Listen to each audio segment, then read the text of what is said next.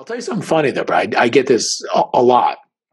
So Matt, we've read your book, seen your speeches. We just hired you to speak at this con, whatever. So you're glad this happened? No. Are you out of your mind? I'm not glad this happened in any way whatsoever. To have a brain tumor, am I happy with what I've learned from it? Yeah, but that's because it's my journey. Cancer is just along. Like, I'm not the cancer guy. It's my life. Cancer just happens to be part of my life. But I used to believe in irony. I don't any longer. I believe that happened so I could be doing what I'm doing now and connecting with people and, giving them that notion that they can do things too and that they define themselves. I didn't used to believe in that before I got diagnosed with cancer. I believe if you told me destiny, I would have said, nah, it's just coincidence or something like that. I'm open to change. Like I said, it breeds complacency or opportunity. And I now realize that it gave me that gift to be able to share certain things with other people that will do more for them than it will do for me.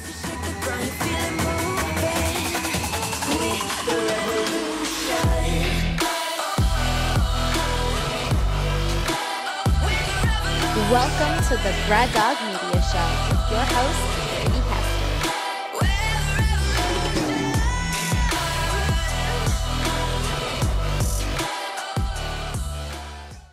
Here we are in the new mania. Matt Newman, welcome to the show. Thank you so much for having me, Brad. I was really looking forward to this. Awesome. Yeah, me too. And I loved seeing that email address, and which, I'm not going to give out your email to everybody, but it included Newmanium. And I'm a big Seinfeld guy. Yeah. So that was hilarious. That's exactly where it came from. I must be honest with you on that one.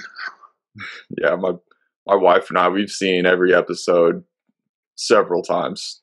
So yeah, it's what the great shows never grow old. They just don't.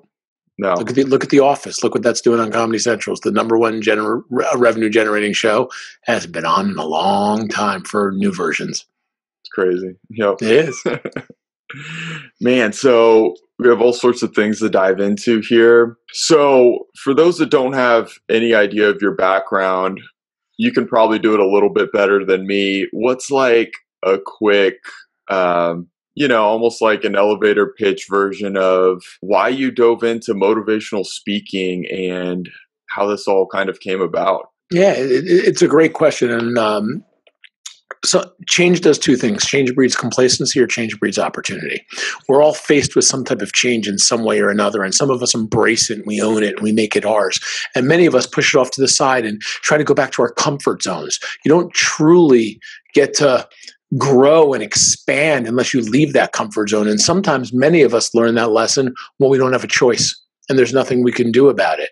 And I started in the financial services industry 1996. And when I started, I grew up in the house of a financial advisor, my father, and my mother was a school teacher. And I grew up right outside New York City in northern New Jersey. And they were two very different cultures of financial planning and school teacher. And they plant these seeds in you at a young age that will probably bloom at some point, but they make no sense at that point. I will keep this short. I promise you that. So I always wanted to get into the financial advising business, but my dad wouldn't let me join his firm. And basically told me to go scratch until I go learn how to do it myself and figure it out. And as angry as I was, it's one of the greatest lessons in life. There's no free lunches, kid.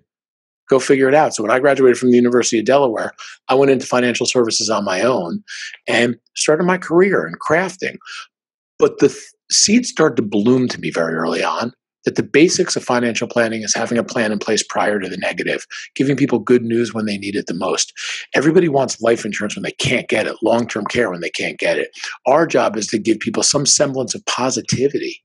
And what's interesting is the U.S. education system does nothing about that. They teach us to graduate from grammar school to middle school to high school. Some go to college, some go to medical school, law school. Nobody teaches you as you're building a family, how to choose a benefit, what a 401k is. It has nothing to do with investing your amount of wealth. It's basic planning. And then people get put in negative situations with regret, resentment, all this negativity. So my career boomed. I moved down to Philadelphia. And yes, for everybody listening, I was the Giants fan who moved down to Philadelphia and got yelled at all the time when I was walking down the street. Right. But that'd be tough. That was tough. But Philly became home to me immediately. I love Philly. And what's interesting is As my career boomed, I met my future wife. My father-in-law got diagnosed with pancreatic cancer when he was 60 years old.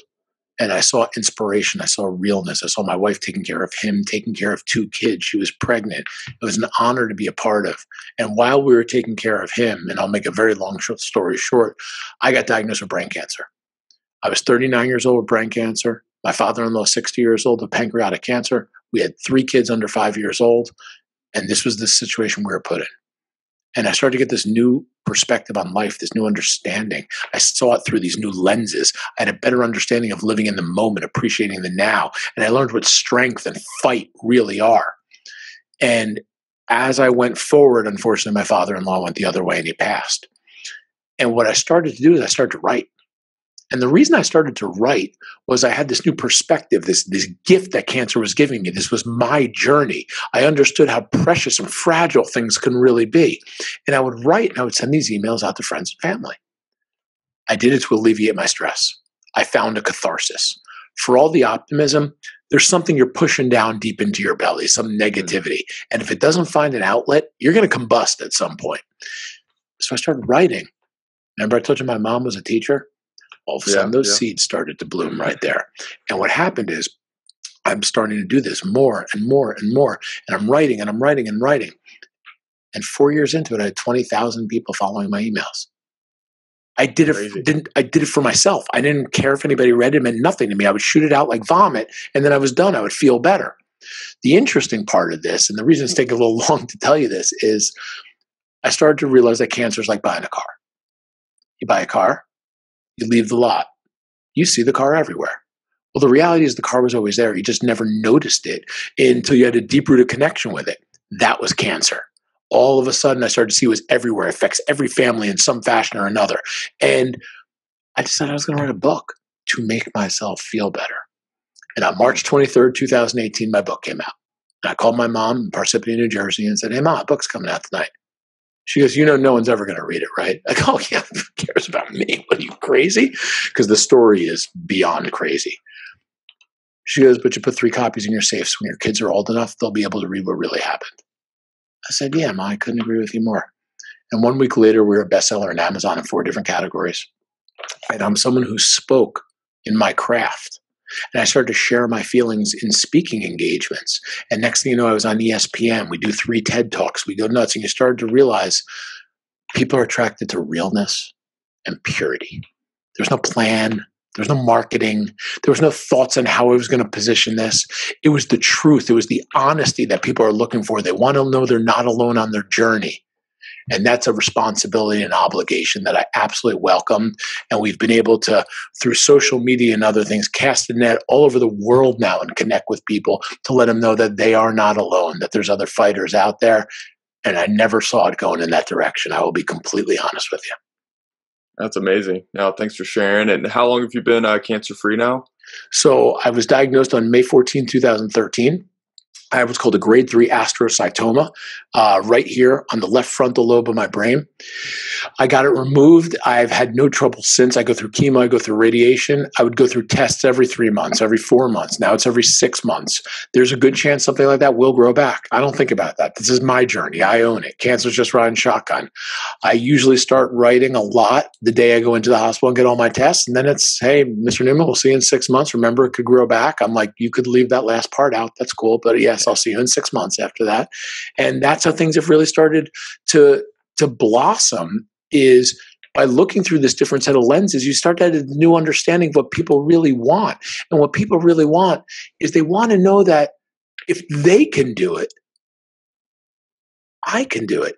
And if we allow a disease, depression, whatever it's going to be, if we allow that to be our legacy, that's on our shoulders. We dictate our legacies. We might have to deal with something, and every family does. We all have this Teflon look to us, like, look how great we are. But all of us have something that we're dealing with.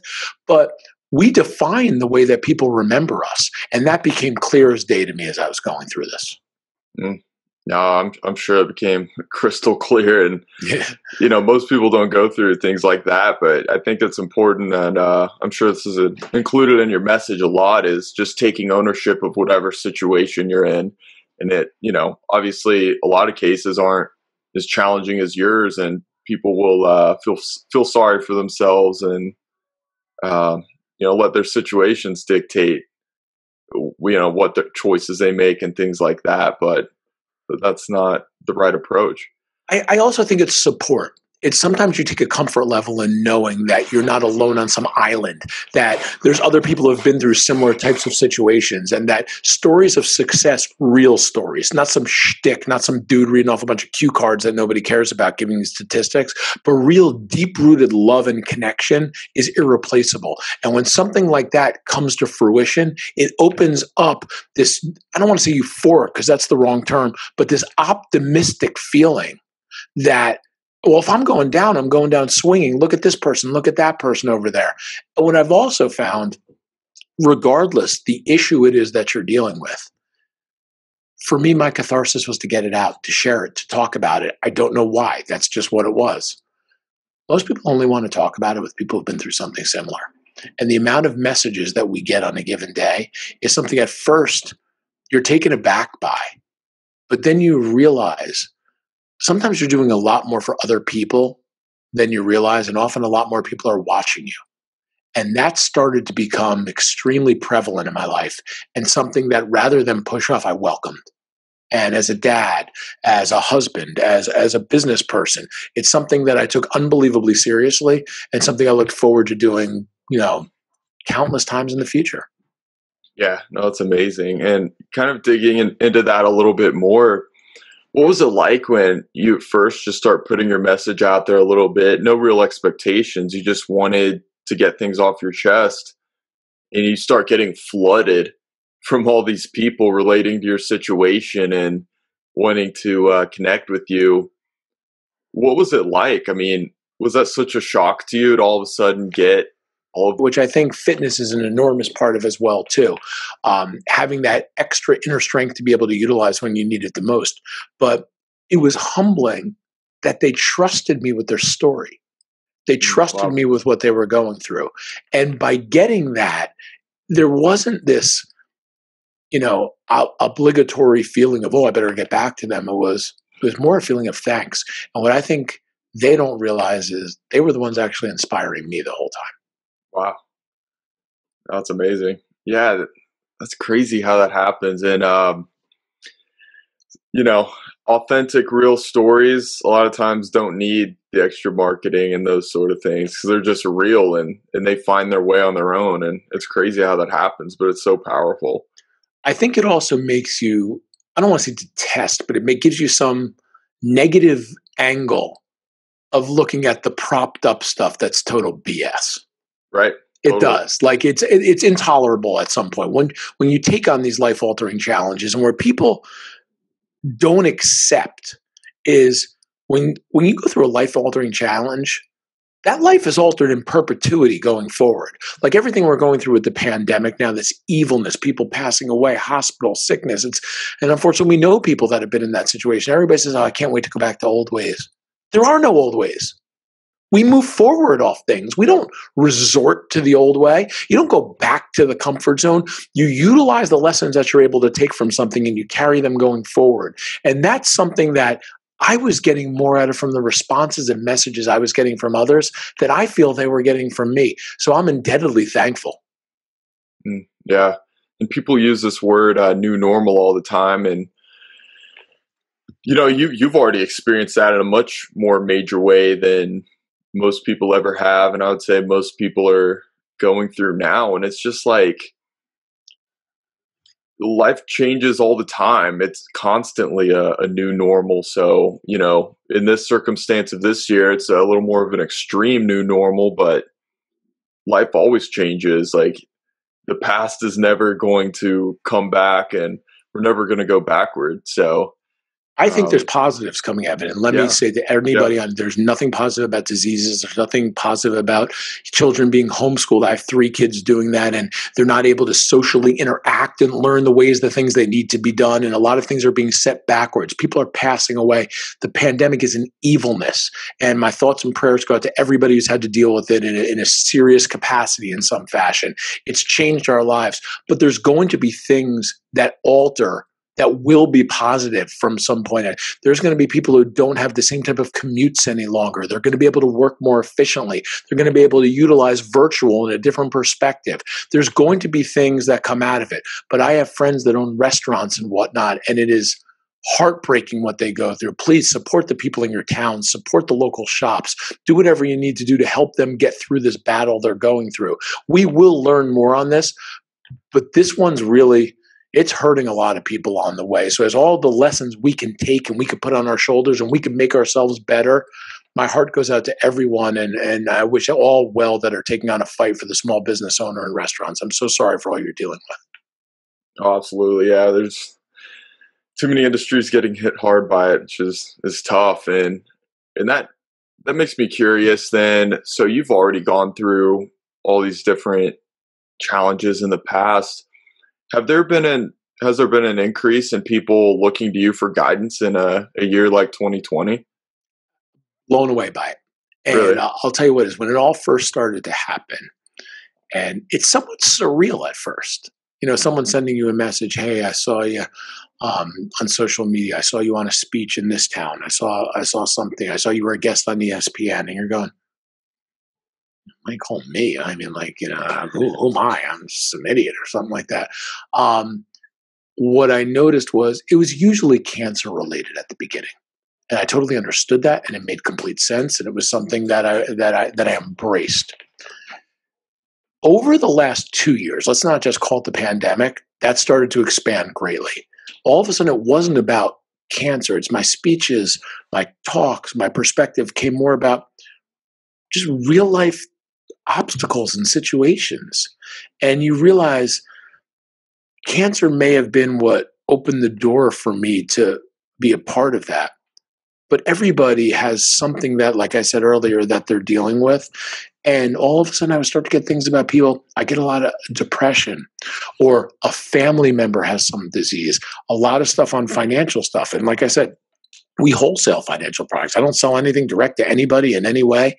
And if I could help, I want to. But during the pandemic, there is absolutely I don't know if it's because people have more time in front of their computers, but I've absolutely gotten more responses that were someone just looking for a motivational kick in the ass, if you will.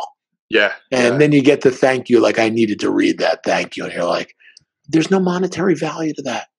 That's just kindness and something that I feel really strongly about. And when you do something like that, that's leaving that indelible mark on someone that they'll never forget you for, with no personal monetary goal.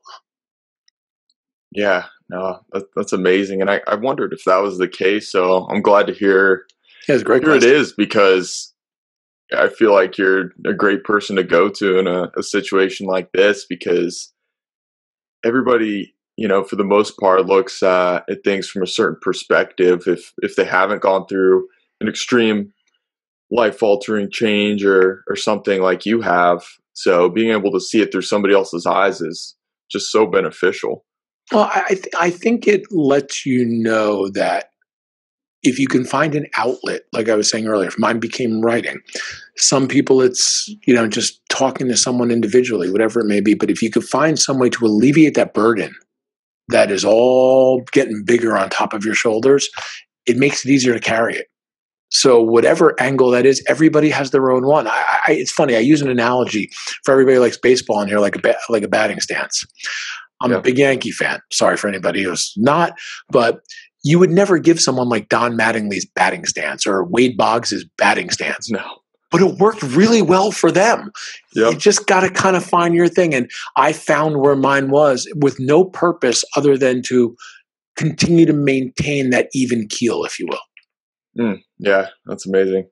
And so I would really like to get into a little bit of some of your speaking engagements and get some behind the scenes. So ESPN and TED Talks, those are obviously huge. Who'd you speak with at ESPN?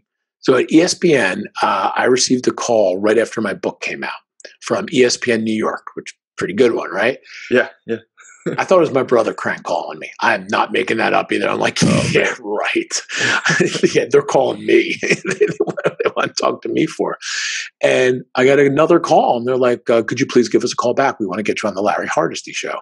And Larry Hardesty is a really, really well-known, ESPN New York is a big thing. He runs primetime shows. And I was like, oh my God. So I called him back, and they said, we read some of your stuff, and we've heard about, we'd love to have you on for like a 45-minute like podcast type show that'll be on ESPN, and then it'll go into the podcast. And I was like, really? That's amazing. Like, seriously? I'm like, all right, cool. And it was great. It was a lot of fun. It was just me like on a phone. It was so archaic to compare to the way things would go. And this was in 2018. And I was like, wow, this is great. And as someone who spoke all over the place on finance and planning and all that, turning it into my story and the lessons and the way to connect with people, we do a lot. That wasn't even work. That was my new catharsis.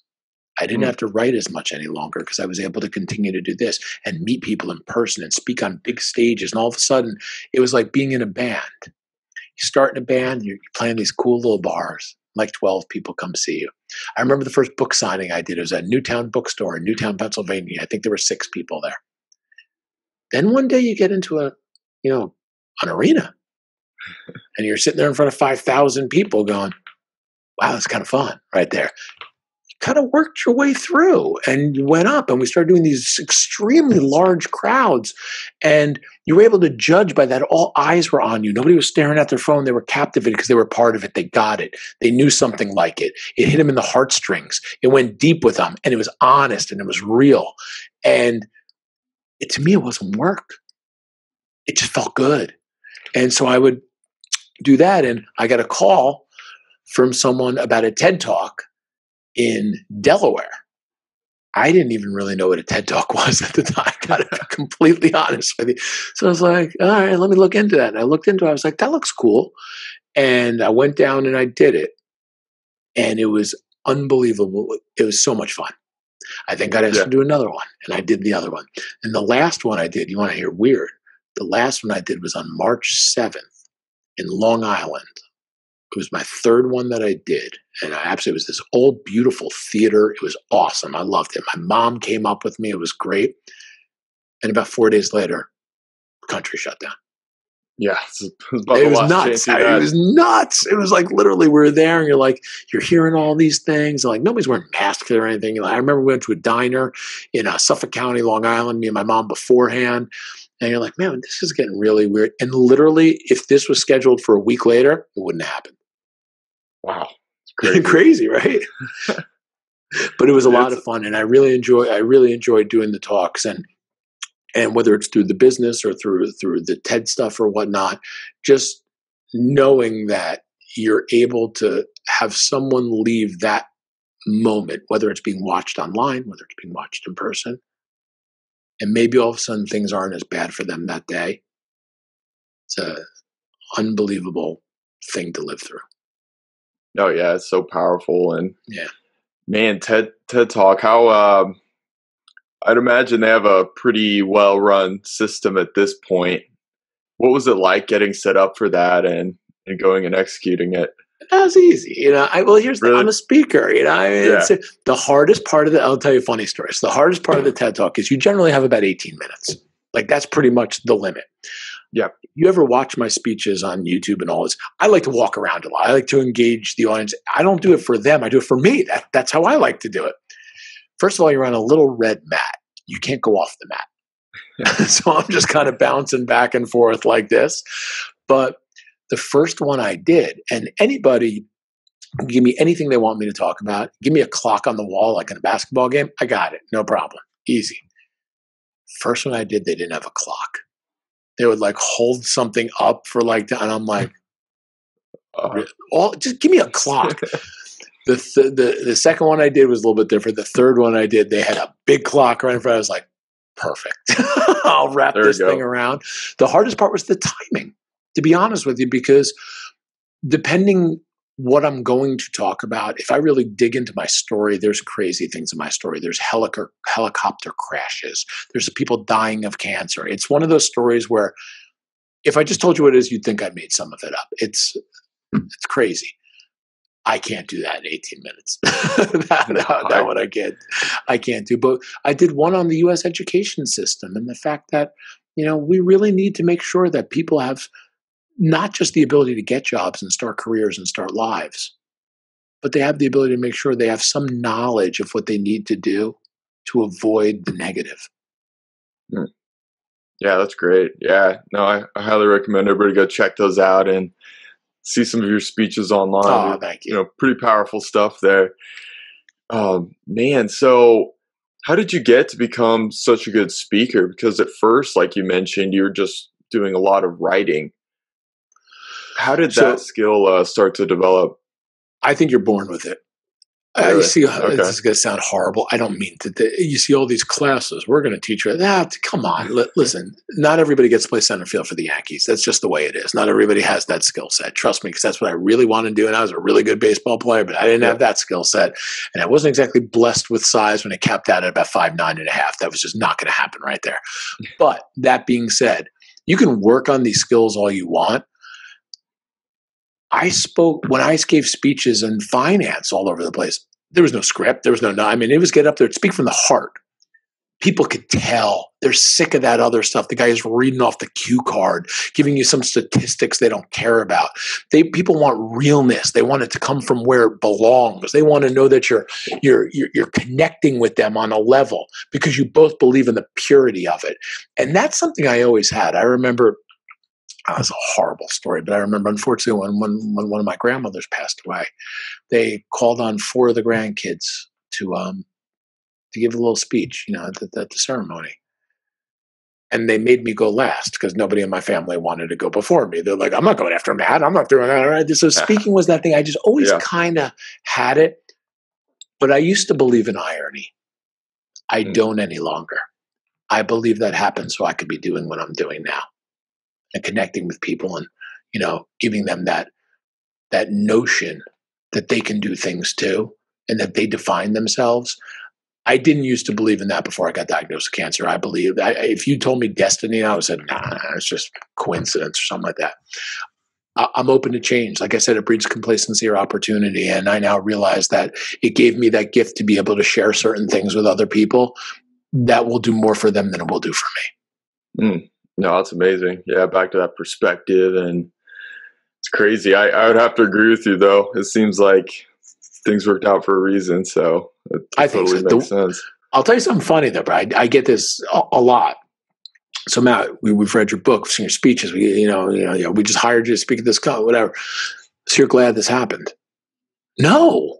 Are you out of your mind? I'm not glad this happened in any way whatsoever. Yeah. To go through a craniotomy, to have a brain tumor, to have it be aggressive, it's been 7.5 years. November 6th, I was getting my every 6-month check. MRI with contrast. I'll be in there in May again on the 8-year anniversary.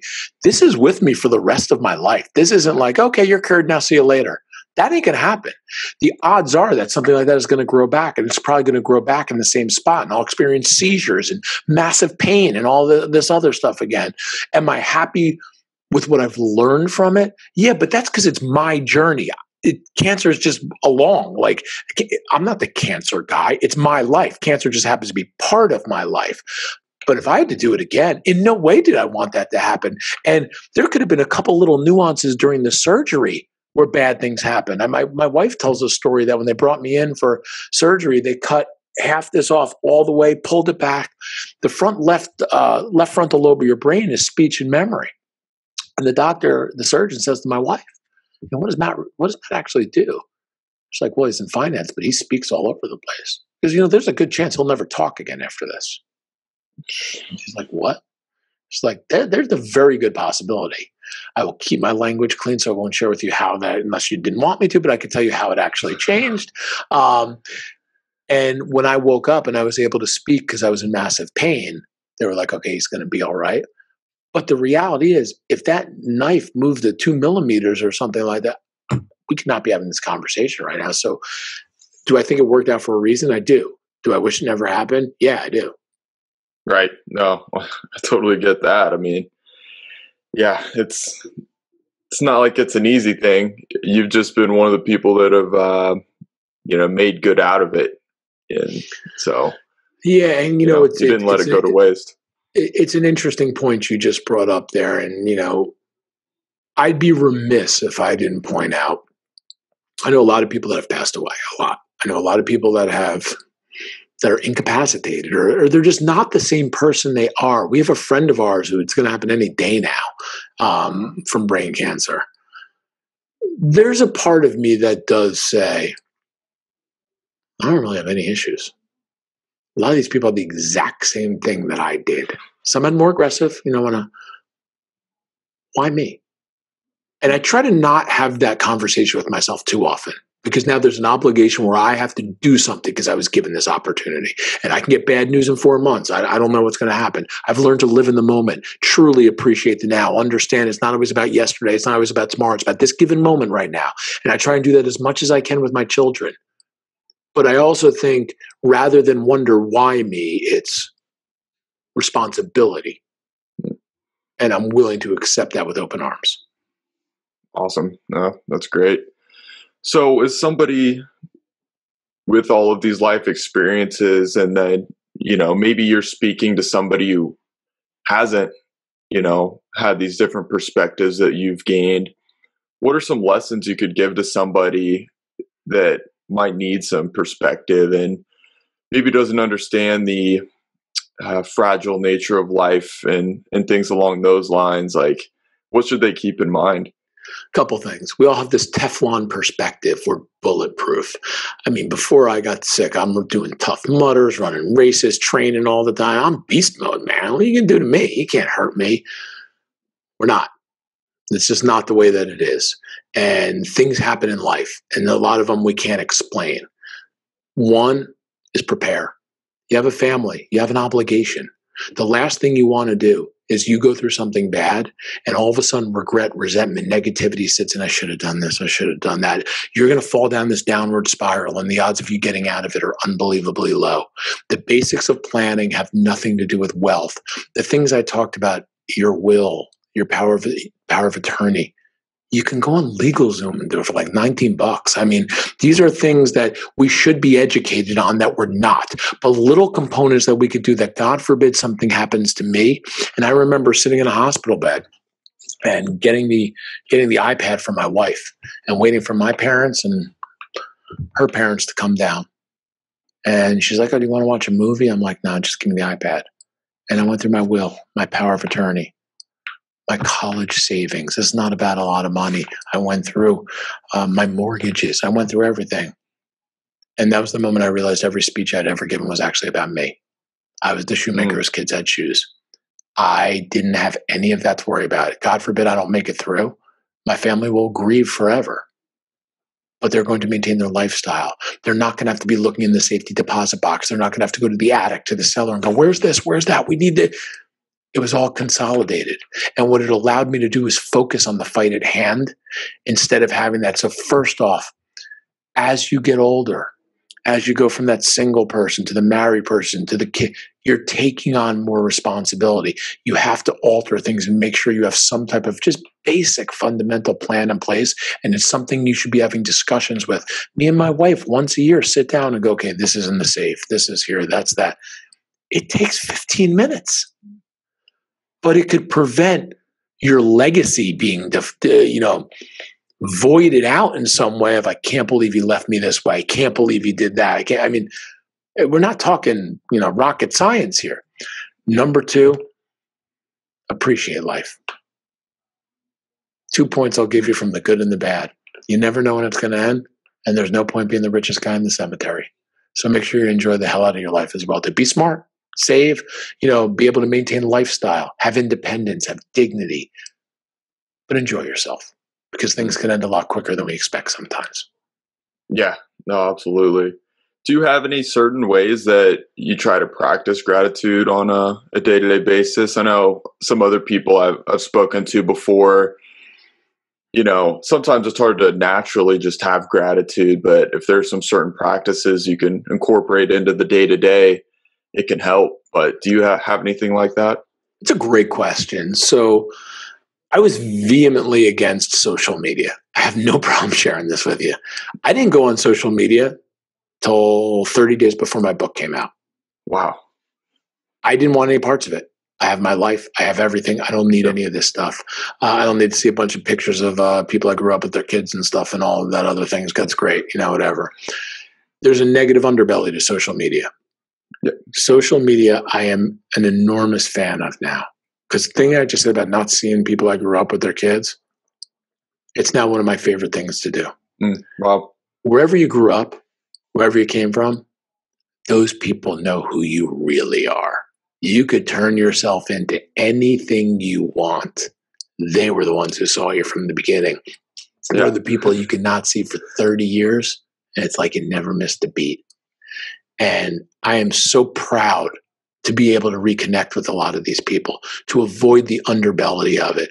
But I've also learned social media has different capacities to it. Facebook's about friends and family. Instagram's a combination of that in business. Twitter's about reading the news, but the point that I bring up is what it allowed me to do is express myself in new ways.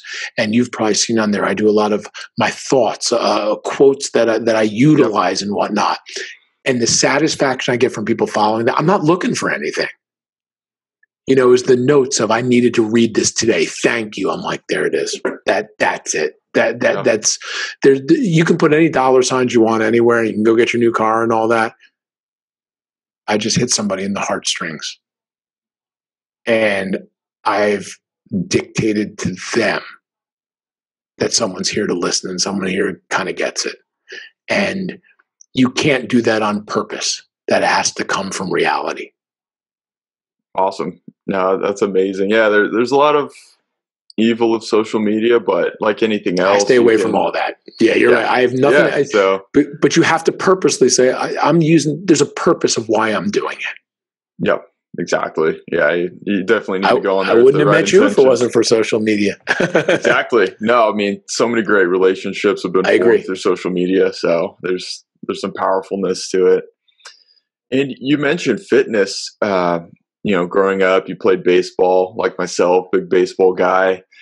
How was it trying to keep fitness involved in your life through all the challenges, and then through now? Is that still part of your day to day? I will never miss a day ever. Awesome. I'll put it to you this way. So me and my wife are very into fitness. We run races, and I don't consider myself a runner at all. We do the Broad Street Run every year. So when I got sick, I was told on day 10 I would need to go through chemo and radiation. I had already started working out. Now I went light, I was being smart, about the whole thing. But there's a great video on YouTube I could send you where a buddy of mine, you hear me actually say, "Dude, are you videoing this, man?" He goes, "Yeah, where were you this morning?" I'm like, radiation. He goes, "What were you doing last night?" I'm like, chemotherapy. And then I pulled a sled with 800 pounds on it. And awesome. This is going to sound weird. That is a part of me that has to happen in some capacity every day because it makes me feel right. It just does. And what's funny. I'm with you. It's me. It's not about the look, and all that, which is great. There's something to that where if I don't do it, my wife will look at me and be like, "Just go grab your sandbag, go do something." We built a full gym in my house. So when the pandemic went down, I was like, "Doesn't matter to me. This is where I work out every day." And we got racks, we got everything. But what I learned was we all have to find those things that keep our balance proper. And as my mother has stated to me, there's worse things to be addicted to. Worse things to be addicted to than that for your hour and 20 minutes a day. I'm like, exactly, Mom. And I get up at 5 a.m. and do it every day. So the hardest part to me was that 8 or 9 days when I was a mess from surgery. When I say I had like a second head, I mean, it was bad. But the minute they gave me that okay, I was like, let's go. Let's go do it again. And I felt great. Yeah, no, I'm with you. It's like the day doesn't even start till I get a workout in. It's just a must. You got to, for the body, obviously, but the mind too. For the mind. I'll tell you what, I'll give you a good one. One thing after the surgery I've gotten into, which is separate from the workout. Don't count that as part of it. I try and at least 3 or 4 times a week take 20 minutes and do yoga every day. Wow. Yeah. Just for the cleansing of my mind. Because when I do yoga, the only thing I think about is yoga. I don't think about anything else. And it's like we get so caught up in our day and all the business and children and all these other things. I will tell you that I really enjoy it. And that's what I'll usually do that like towards the end of the day, like sneak off for a little bit. Like, I have the stuff that I do. And it's, the morning I do that. And it's something that you have to find the things that allow you to carry forward at your best because you've gotten rid of the things that can bring you down. And listen, writing, speaking, exercise, those are things that, you don't pick these out. You find them. And that's what happened to me. Yeah, that's great. And it's really like a mental reset too. I feel like there are only so many things you can do where you can't have too many other things on your mind. And some of those things, it's really hard to be successful or put your full effort into it while having other things on your mind. So you can't be on full bore nonstop all the time. And everybody talks about, I go all the time. Listen, eventually you're just going to run out. Yep. The way you just spoke about it, I completely agree. It's like every night you got to recharge the battery. Totally. Don't mind the dog walking around in the back right here. No, I see him. There we go. What kind of dog do you have? Longer. We got her before we had our first child. And every day, speeches, writing, regular career I'm doing, she sits right down next to me right here and never leaves my side. And it's there's a connection to that. And that's why I just said, like, I don't know if you just saw, she just laid down, right? The stuff out. She is right there. And so it's hard. It's an amazing thing. Dogs bring a different. That I hadn't heard to this point. Where should people follow you along at? Yeah, sure. So the easiest way to get in touch with me, it's Matthew, MATTHEWS